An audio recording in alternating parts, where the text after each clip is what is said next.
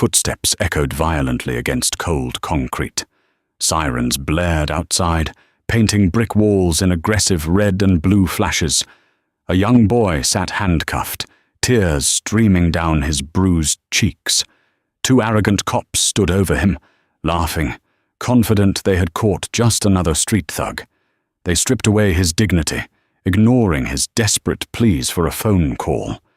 Little did those uniformed bullies know, Karma wore a heavy black robe. Minutes later, heavy oak doors swung open. Laughter instantly died. Silence choked every breath in that room. Power had arrived, and those ignorant badgers were about to lose everything. 16-year-old Malik Harrison was just trying to get home.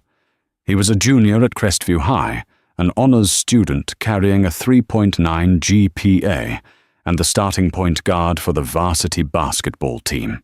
His backpack weighed heavily on his shoulders, stuffed with an AP Physics textbook, a graphing calculator, and a half-finished essay on the French Revolution. The evening air was crisp, carrying the faint scent of approaching rain. He had stayed late after practice to help his coach organize the equipment room, a favor that meant he was walking back to his affluent suburban neighborhood of Cedar Creek well past dusk. Cedar Creek was a quiet, manicured enclave. Lawns were perfectly trimmed, driveways held expensive imported cars, and streetlights cast a warm, safe glow over the sidewalks. Malik belonged here. He had lived in the corner house on Maplewood Drive since he was 6 years old. Yet, as a young black teenager in a predominantly white neighborhood, he had learned early on that his presence sometimes triggered invisible alarms in the minds of people who didn't know him. He stopped at a local convenience store, a small mom-and-pop shop owned by Gregory Davies, to grab a sports drink and a pack of gum. He paid, gave Gregory a polite nod, and stepped back out into the cool night air. He popped a piece of peppermint gum into his mouth and adjusted his headphones, letting the smooth rhythm of 90s hip-hop drown out the silence of the streets. 2 blocks away from his front door, the atmosphere shifted. A police cruiser, stealthily prowling the neighborhood with its headlights dimmed, suddenly accelerated. The aggressive roar of the engine pierced through Malik's music.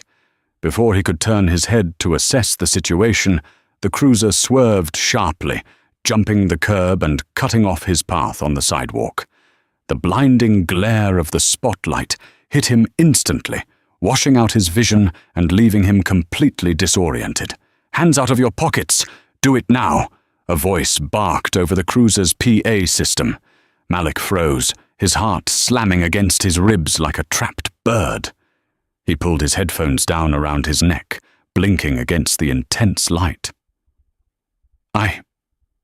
I just have my phone," he stammered, slowly raising his empty hands into the air to show he was not a threat.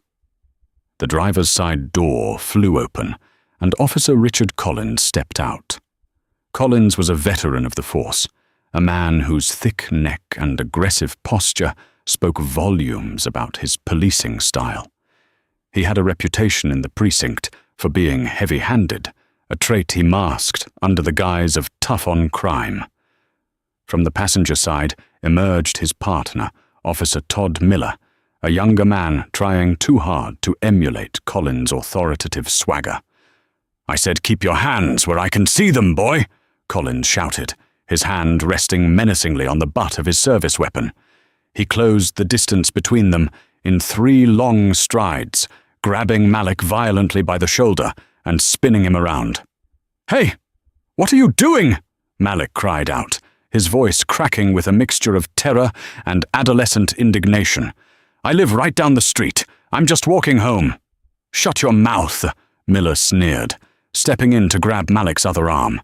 With unnecessary force, they slammed the teenager face first against the cold, hard metal of the cruiser's hood. The impact knocked the wind out of Malik, his cheek pressing painfully against the damp surface. "Stop resisting!" Collins yelled, despite Malik not moving a muscle. It was a practiced phrase, shouted loud enough for any potential witnesses to hear. painting a false narrative of the encounter. "I'm not resisting," Malik gasped, struggling to draw breath. "My ID is in my backpack. My name is Malik Harrison. My house is literally 2 blocks away." Collins laughed, a harsh, grating sound. He yanked Malik's arms behind his back, twisting his wrists until Malik let out a sharp cry of pain. "Yeah, sure it is. And I'm the King of England. We got a call about a prowler in the area matching your exact description. Black male, dark clothing, suspicious behavior." Malik was wearing his school's varsity jacket, bright blue and gold with a massive C for Crestview stitched on the front. "I'm wearing a Letterman jacket," Malik protested, hot tears of frustration pricking the corners of his eyes. "I'm coming from basketball practice. Please, just check my ID. Call my dad." "We'll do the talking," Miller interrupted, roughly patting down Malik's pockets, pulling out his phone, his wallet, and the pack of gum. He tossed them onto the hood of the car. Miller then grabbed Malik's backpack, unzipping it, and carelessly dumping its contents onto the sidewalk. The heavy AP physics textbook hit the concrete with a loud thud, followed by his calculator and neatly organized folders. "Look at this, Rick," Miller mocked, kicking the textbook with his heavy boot. "Kid's a real scholar. Probably stole the bag from one of the rich kids up the hill." "Please," Malik begged, the reality of his powerlessness setting in.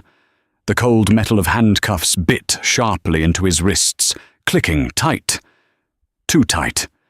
It sent a shooting pain up his forearms. "You're making a mistake. My father. You don't want to do this.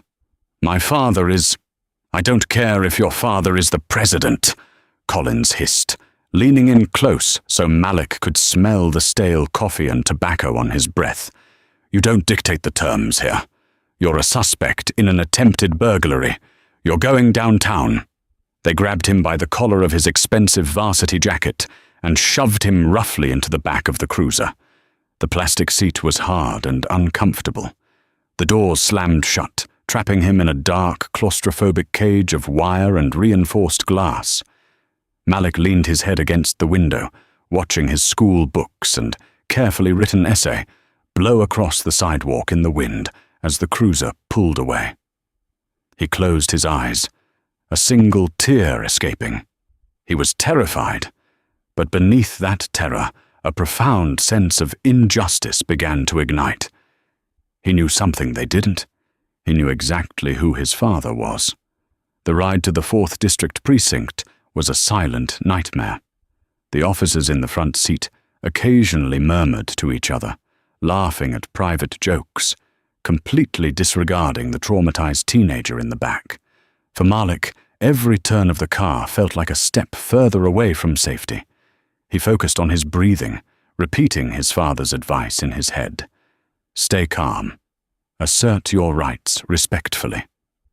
Do not let them provoke you." The precinct was a stark contrast to the quiet wealth of Cedar Creek.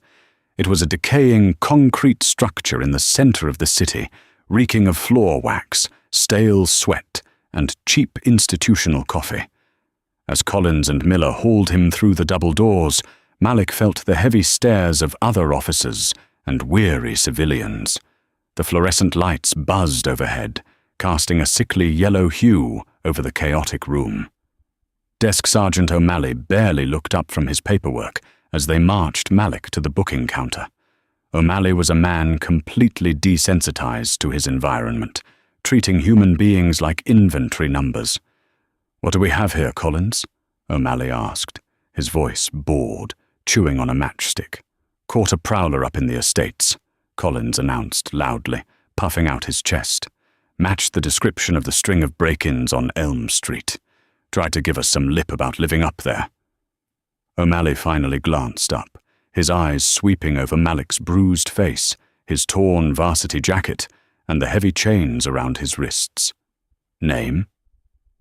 "Malik Harrison," Malik said, his voice remarkably steady despite the trembling of his hands. "I am a minor.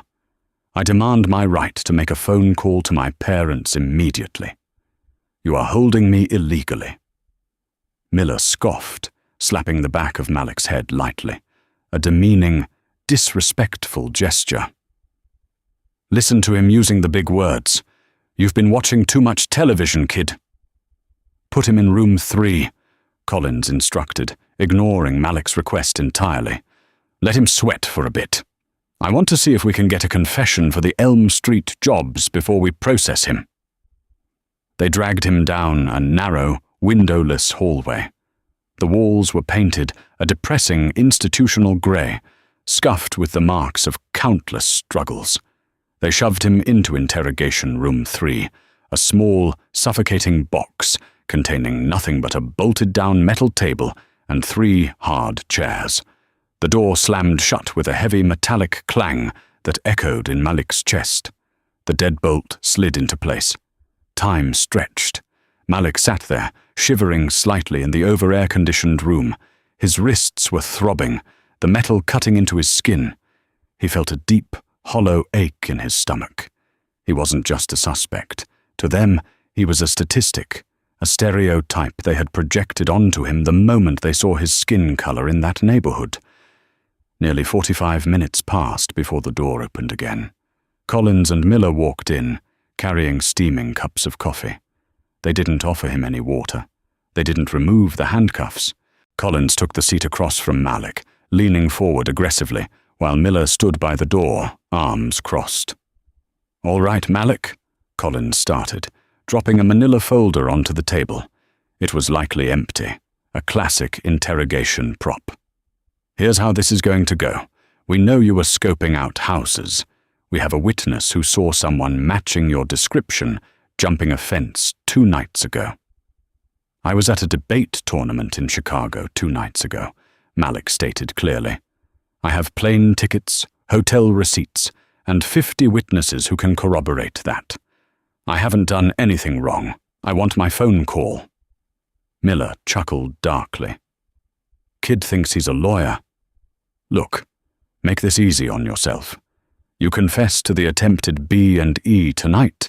We put in a good word with the DA. You might just get probation. You keep playing games. We throw the book at you. Grand theft, trespassing, resisting arrest." "I didn't resist," Malik shot back, his anger finally bleeding through his fear. "You assaulted me on the street. You threw my school books on the ground. And you are denying a minor his legal right to contact his guardian." Collins slammed his fists onto the metal table, the loud bang making Malik jump. "You don't tell me what the law is, you little punk. I am the law in this room. You think because you talk proper and wear a fancy jacket that you're better than the thugs I deal with every day. You're nothing. You're a file on my desk." Malik stared directly into Collins's eyes. He didn't blink. "My father is Arthur Harrison." Collins paused, a slight frown creasing his forehead. He looked back at Miller, who just shrugged. The name didn't register.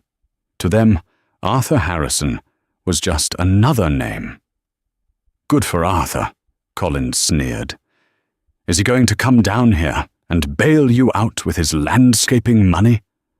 Malik felt a cold, hard knot of resolve tighten in his chest. "Let me call him. Give me my phone and let me call him right now." Something in the boy's unwavering gaze made Collins hesitate. He was used to suspects breaking, crying, or shouting. Malik was unnervingly calm now, possessing a quiet authority that felt entirely out of place in a frightened teenager.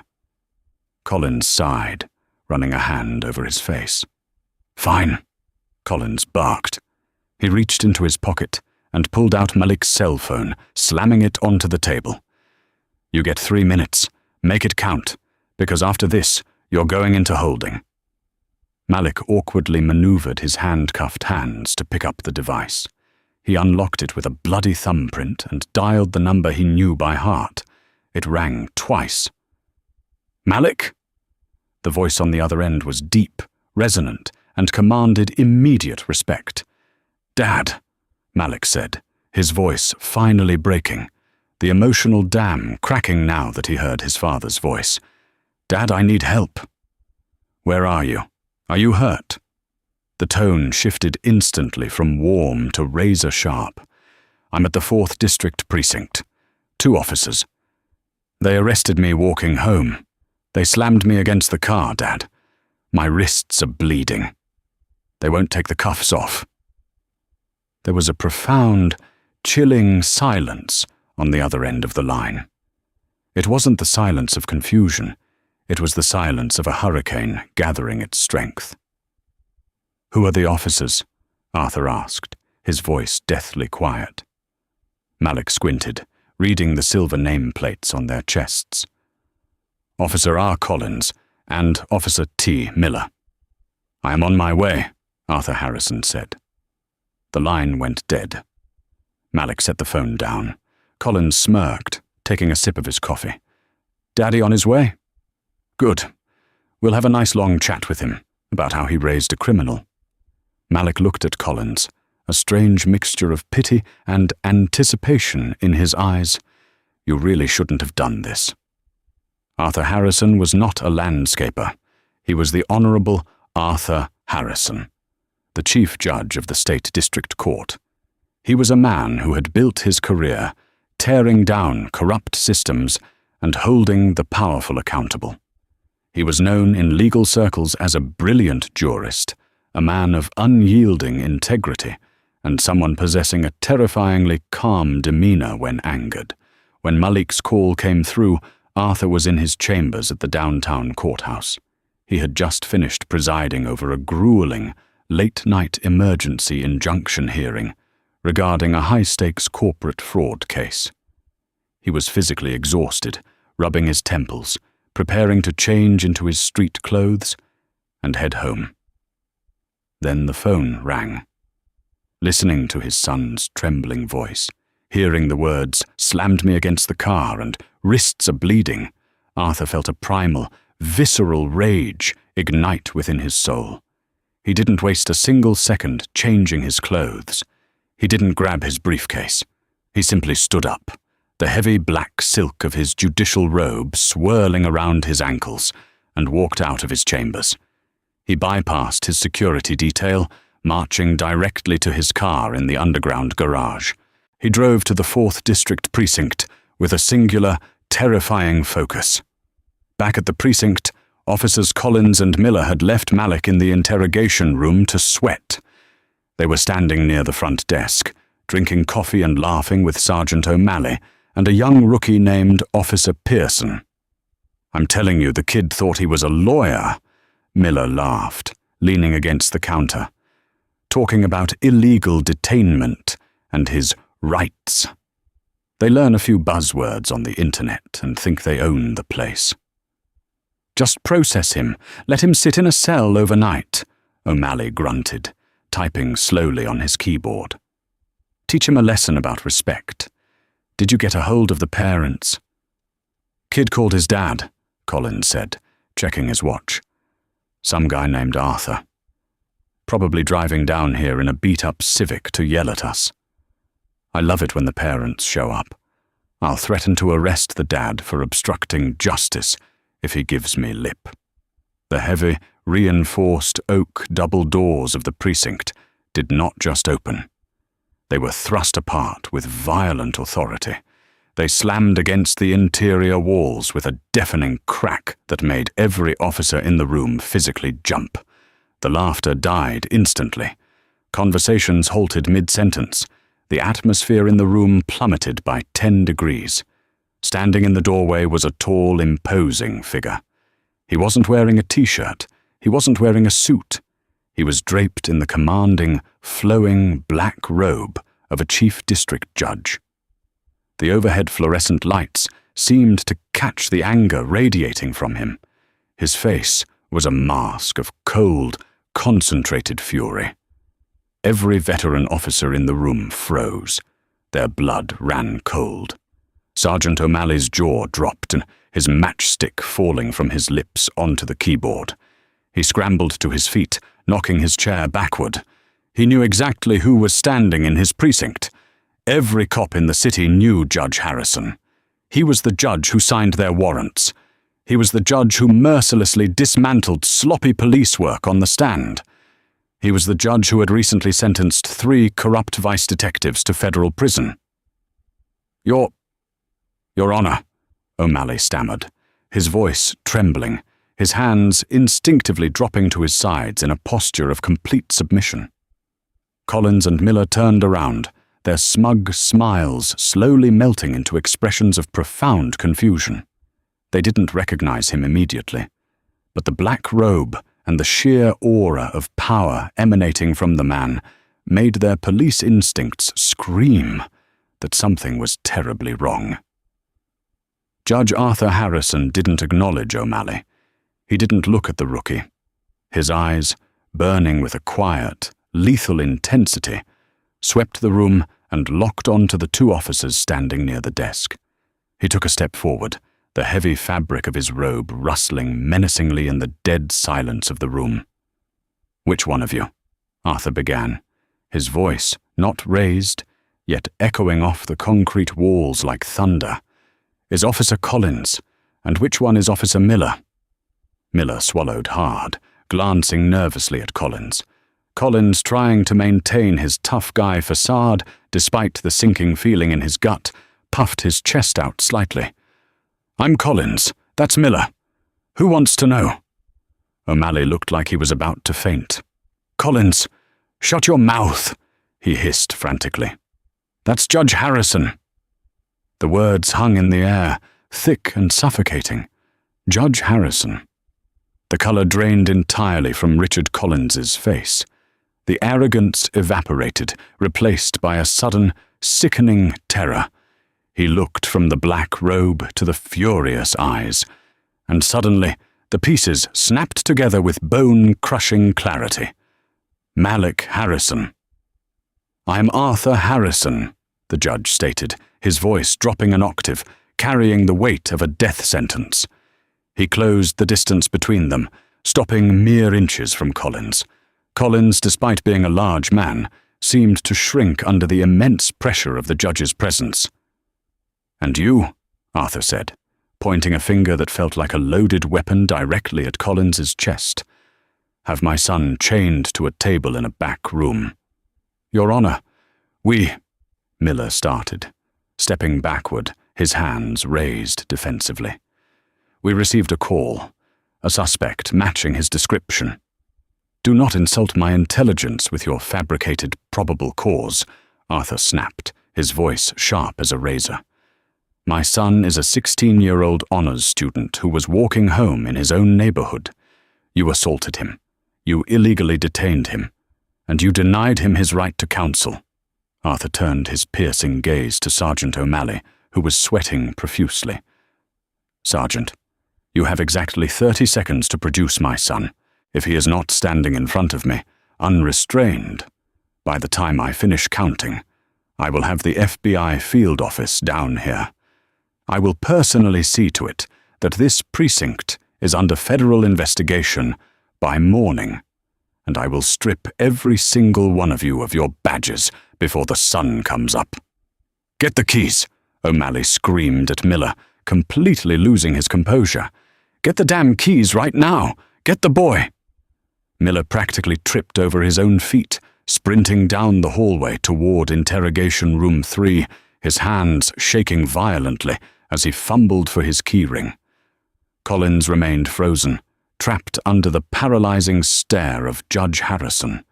He had spent his entire career bullying those he deemed powerless. For the first time in his life, he was staring into the face of absolute power, and he knew, with terrifying certainty, that his career was already over. "Your Honor, please understand," Collins tried to whisper, his voice cracking, the tough guy persona shattered into a million pieces. "It was a misunderstanding. It's dark out there. We just—" Arthur leaned in closer, his voice a dangerous, quiet rumble. "You didn't make a mistake, Officer Collins. You made a choice. You looked at my son and you saw prey, but you chose the wrong boy. And I am going to make an example out of you that this department will never, ever forget." Footsteps echoed rapidly down the hall. Miller emerged, looking pale and sick to his stomach, followed by Malik. Malik was rubbing his wrists, the skin raw and bleeding where the cuffs had dug in. He looked exhausted, but seeing his father standing there in his full judicial regalia, commanding the room like a king holding court, a small, weary smile touched his lips. Arthur's severe expression instantly softened. He rushed past the terrified officers, enveloping his son in a tight embrace, uncaring of the dirt and blood getting on his silk robe. "I've got you, Malik. You're safe now," Arthur whispered fiercely into his son's ear. He pulled back, inspecting the raw, bleeding skin on Malik's wrists. The sight of the injuries erased any lingering trace of mercy Arthur might have possessed. He turned slowly back to face the room. The officers took a collective step back. The judge didn't yell. He didn't curse. He simply looked at Collins and Miller with a gaze so cold it could freeze boiling water. "O'Malley," Arthur said, his voice deadly calm. "Yes, Your Honor," O'Malley squeaked. "I want the badge numbers of these two men.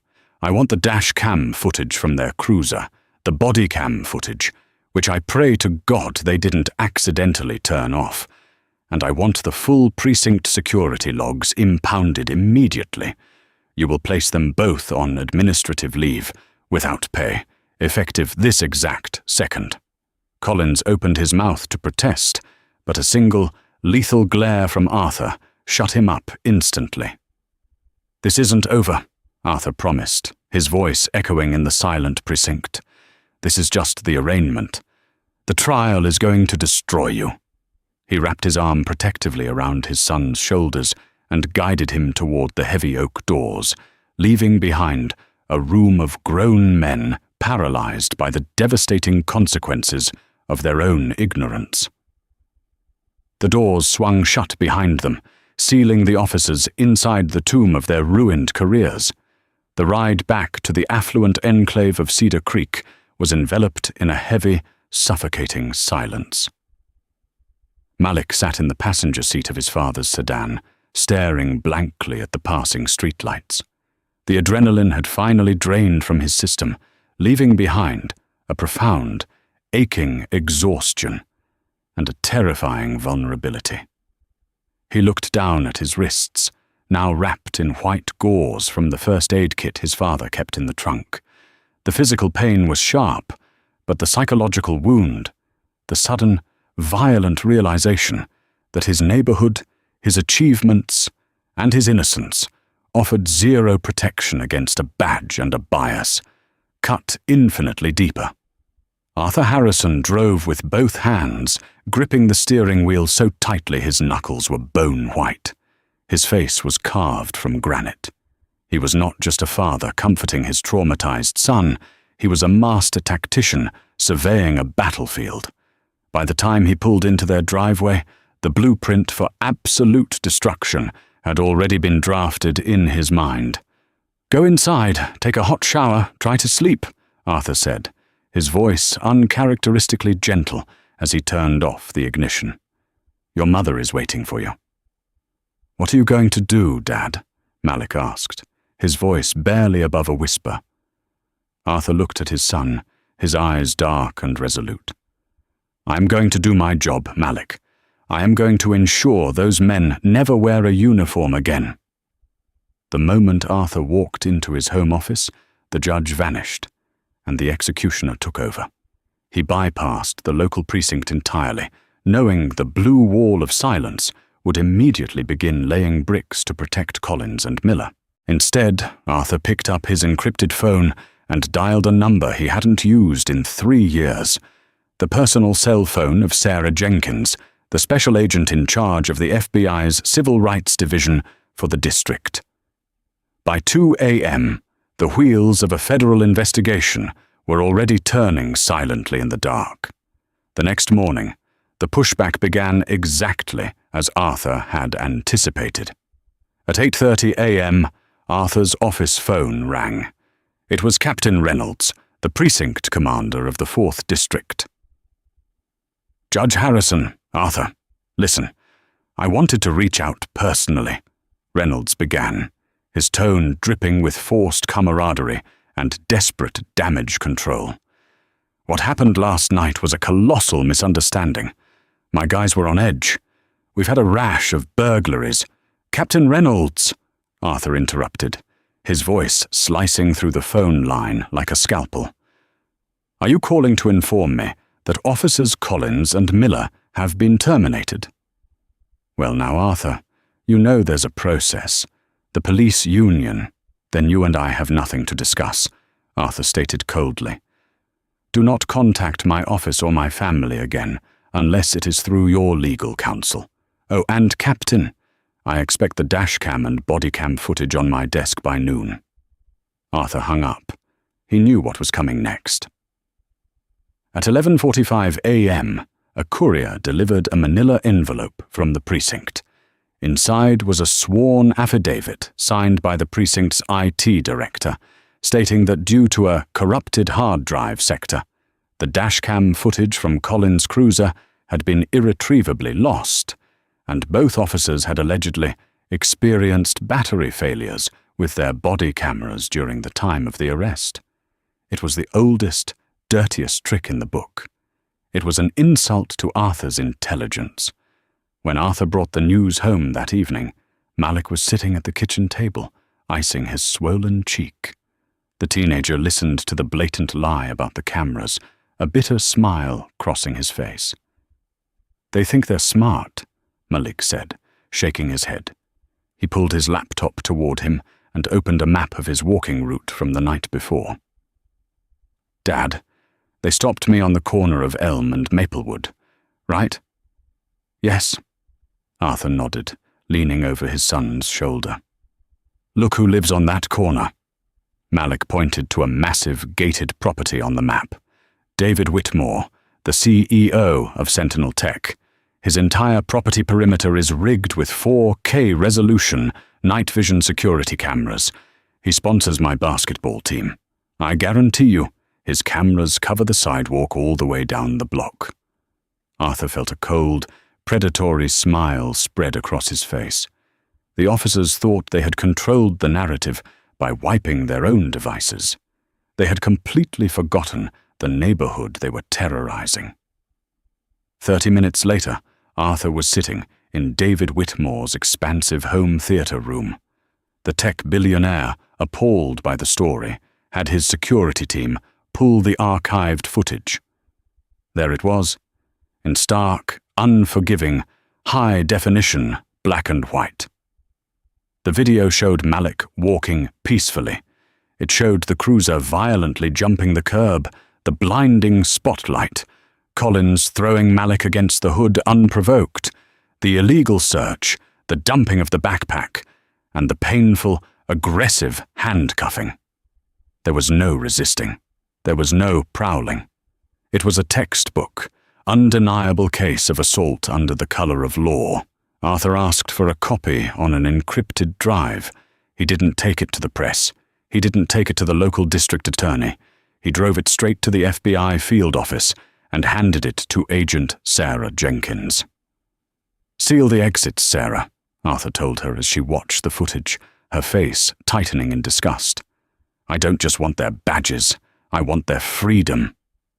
By Monday morning, the atmosphere in the city was crackling with invisible tension.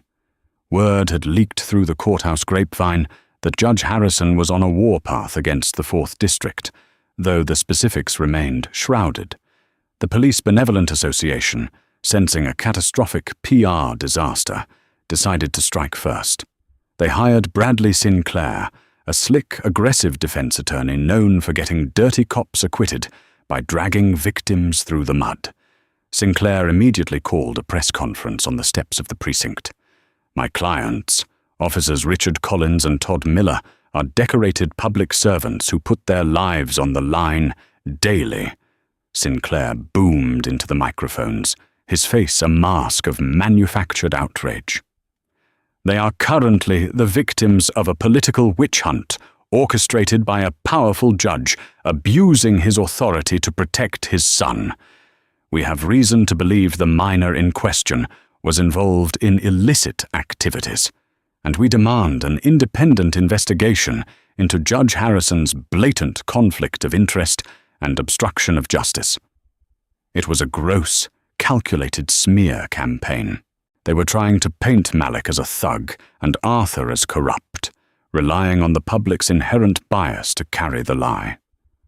Watching the broadcast in his chambers, Arthur remained perfectly still. His clerk expected him to throw a chair or call his own press conference. Instead, Arthur simply picked up his pen and signed a massive 70-page federal civil rights lawsuit against the city, the police department, and the individual officers.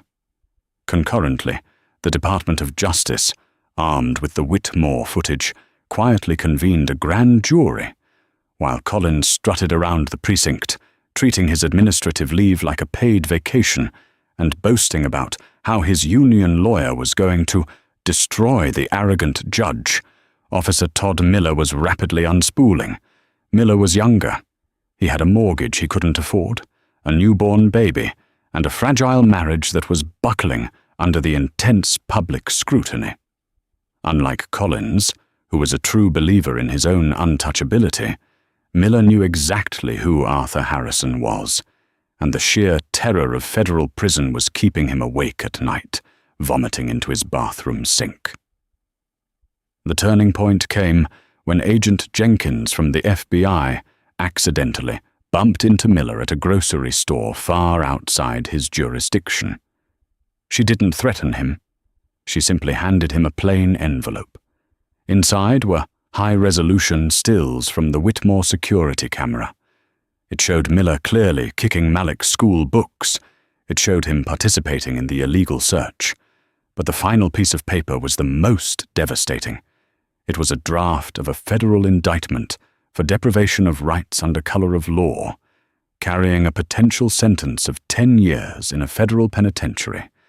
His name was right at the top, alongside Collins. "The train is leaving the station, Todd," Agent Jenkins whispered, standing by the produce section. "Collins is going to use you as a human shield. Sinclair works for the union, not you.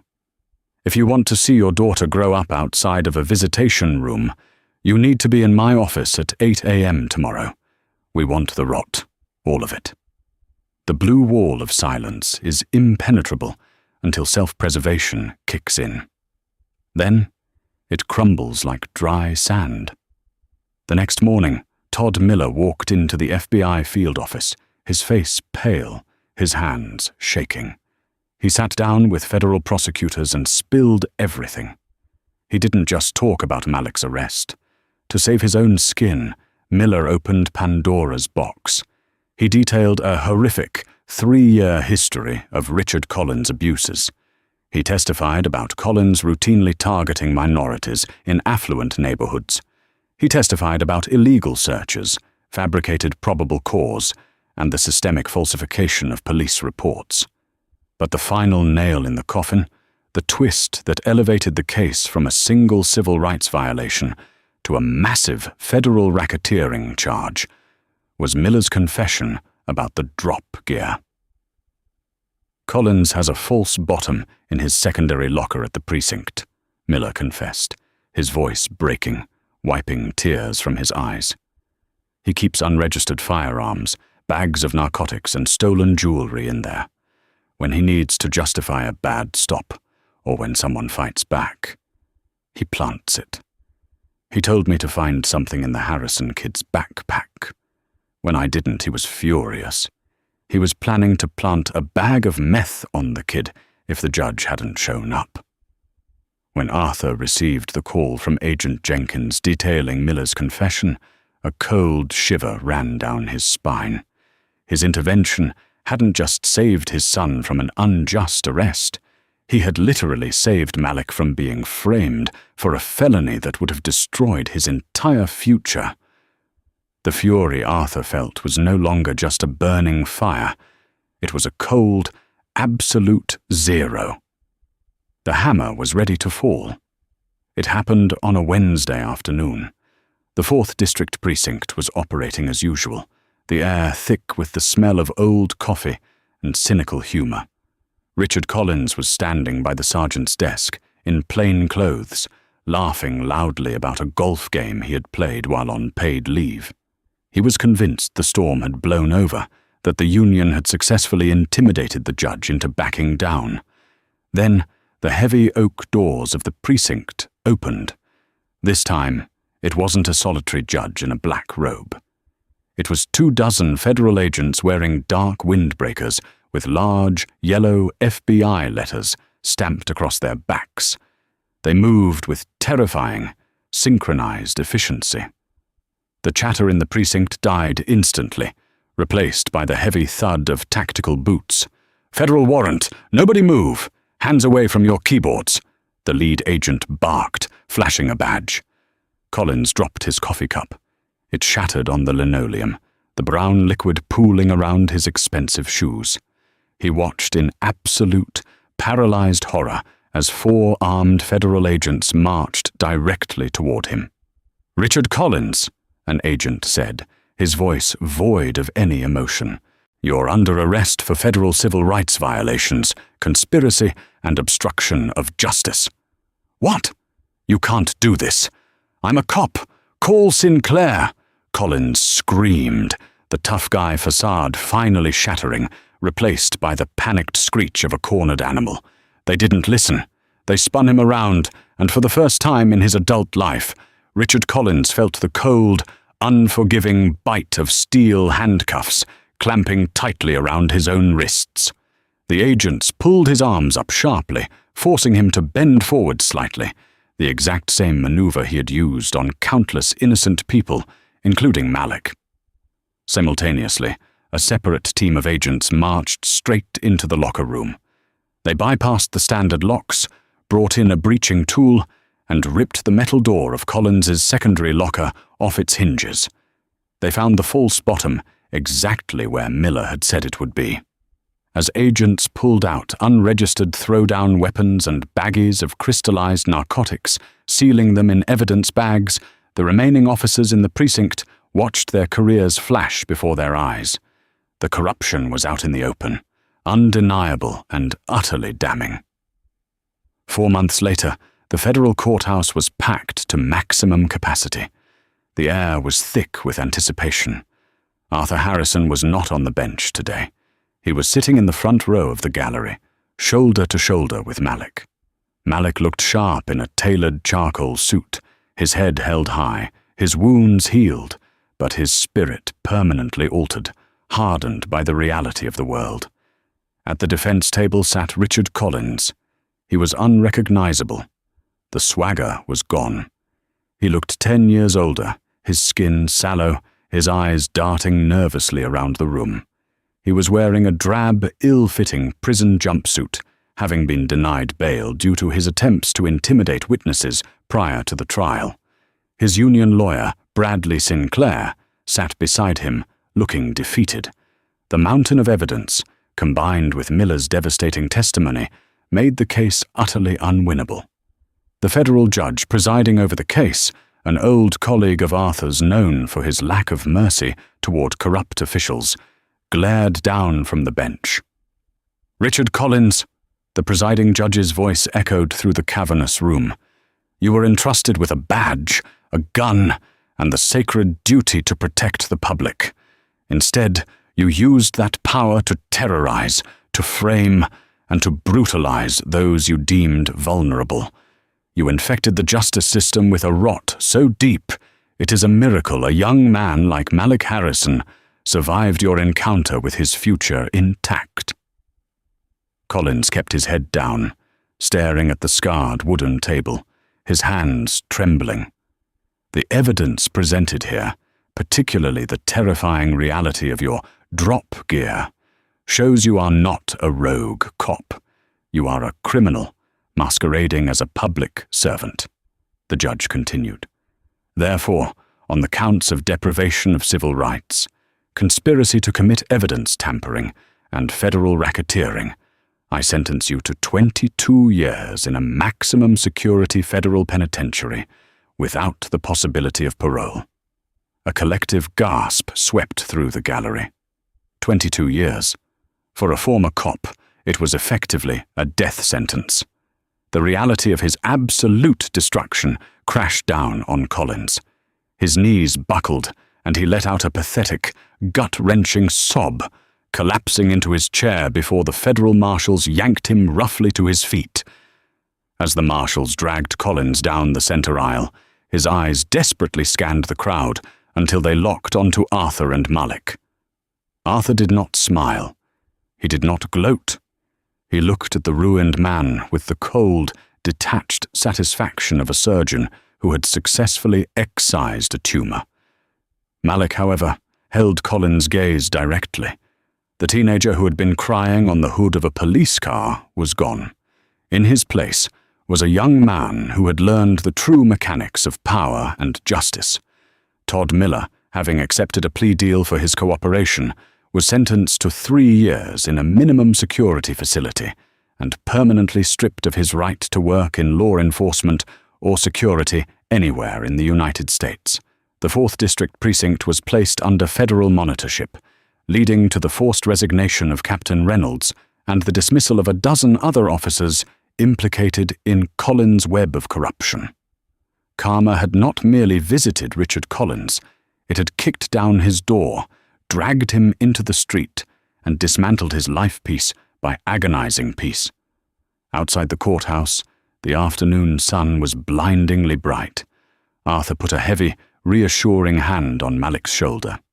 "Is it over?" Malik asked, adjusting his tie, watching the news vans scramble for position. "For him?" "Yes," Arthur replied, his voice a low rumble. "But for us, Malik, it's just a reminder. The system isn't going to fix itself. It only works when we force it to."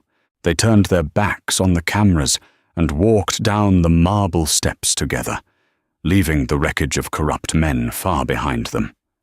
7 years later, the heavy oak doors of the state Supreme Court swung open, but this time it wasn't to signal the arrival of an angry father. It was to welcome a new generation of justice.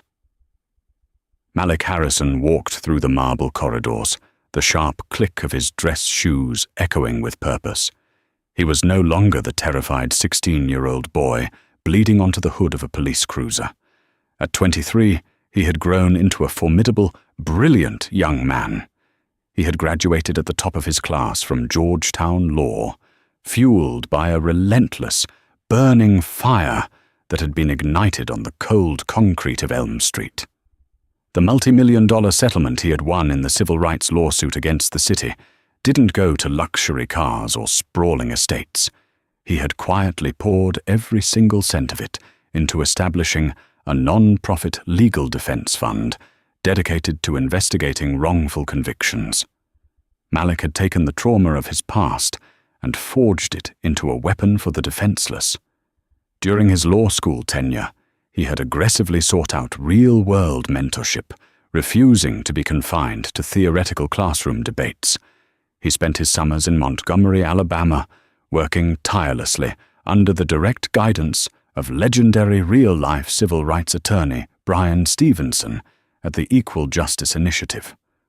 Working alongside Stevenson, a man who had dedicated his life to defending the poor, the incarcerated, and the wrongly condemned, Malik learned how to dismantle corrupt systems from the inside out. He learned that the law was only as just as the people wielding it. But Malik's ultimate masterpiece of justice, the true, devastating twist of karma, was a project he called the 4th District Audit. Using his new foundation's resources and partnering with the National Innocence Project, Malik led a team of paralegals and law students in a forensic teardown of every single arrest ever made by Officer Richard Collins and Officer Todd Miller. If Collins had a false bottom in his locker for Malik, he had used it on others. Malik was determined to find them. For 2 years, Malik dug through the archives. He found the inconsistencies. He found the fabricated probable causes. He found the men who didn't have a wealthy, powerful judge for a father to swoop in and save them. He found the voiceless victims who had been bullied into accepting plea deals for crimes they never committed just to avoid the draconian sentences Collins had threatened them with. 300 miles away, inside the bleak, heavily fortified walls of the Marion United States Penitentiary, Richard Collins sat in the prison cafeteria, a shadow of the arrogant predator he used to be. His hair had thinned and turned entirely grey. His posture was permanently stooped. Every day was a masterclass in fear. As a former cop in a maximum security federal facility, he lived in constant, paralyzing paranoia, confined to a protective custody wing where his only interactions were with other disgraced officials and violent offenders who despised him. One bleak Tuesday morning, a prison guard carelessly tossed the daily newspaper onto Collins's metal table. Collins glanced at the front page, and the last shred of his sanity completely unraveled. Staring back at him, in high-definition color, was a photograph of Malik Harrison standing confidently on the courthouse steps. The headline above the photo read, "Young Attorney Dismantles, Corrupt Cop's Legacy, 14 Wrongful Convictions Overturned." As Collins read the article, his hands began to shake violently. Malik hadn't just put him in prison. Malik was systematically erasing his entire career. The young man was legally representing the very people Collins had framed, using the drop gear scandal to completely invalidate decades of Collins's police work. The city was hemorrhaging tens of millions of dollars in restitution payouts. Collins's pension had been seized. His wife had divorced him. His friends had abandoned him. And now, the teenager he had assaulted on a quiet suburban street was being hailed as a national hero for freeing the innocent men Collins had buried. It was a psychological torment worse than any physical cage. Collins realized with crushing finality that he would not be remembered as a tough cop. He would go down in history exclusively as the villain in Malik Harrison's origin story. He dropped his head onto the cold metal table and wept, entirely broken, surrounded by the ghosts of his own hubris. Back in the city, the courtroom was packed. Malik stood behind the defense table, adjusting his tie. Beside him sat Marcus Johnson, a 30-year-old man who had spent 6 years in state prison for a narcotics charge after Collins had planted evidence in his vehicle during a routine traffic stop. Today was Marcus's exoneration hearing. Sitting up high on the bench, presiding over the hearing, was Chief Judge Arthur Harrison. Arthur looked down at his son. The pride swelling in his chest was indescribable. He maintained his stoic, judicial composure, but a profound, silent communication passed between them. They had fought the beast together, and they had won. "Counselor Harrison," Arthur said, his resonant voice filling the quiet courtroom, "you may proceed with your motion." "Thank you, Your Honor," Malik replied, his voice steady, carrying the exact same quiet, lethal authority his father possessed. The defense moves to vacate the conviction of Marcus Johnson with prejudice, citing irrefutable, newly discovered evidence of systemic police misconduct, evidence tampering, and perjury committed by the arresting officer, Richard Collins. Malik didn't just present the facts, he told Marcus's story. He spoke of the stolen years, the shattered family, and the terrifying reality of being powerless against a badge.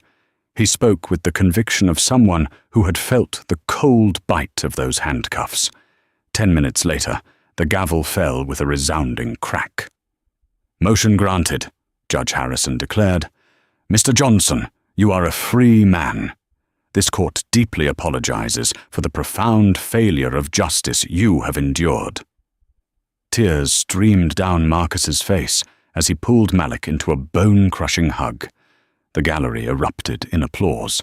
Malik hugged him back, looking over Marcus's shoulder directly at his father. Arthur gave a slow, respectful nod. The story of the arrogant white officers who thought they could detain a black kid for walking in the wrong neighborhood didn't end in tragedy. It ended in a revolution. They thought they were stopping a prowler. Instead, they accidentally forged the greatest civil rights attorney their city had ever seen. The badges lost, the robes won, and justice, though blind, proved it still carried a remarkably heavy sword. What an absolutely incredible true-to-life journey of power, karma, and ultimate redemption. If Malik's story of turning deep trauma into a life-saving mission for justice gave you goosebumps, you need to be part of our community. Cases like this happen in the shadows every single day, and it is up to us to shine a massive spotlight on them. We bring you the most intense, jaw-dropping stories of real-life karma, legal battles, and the triumph of the human spirit. Don't let this story stop here.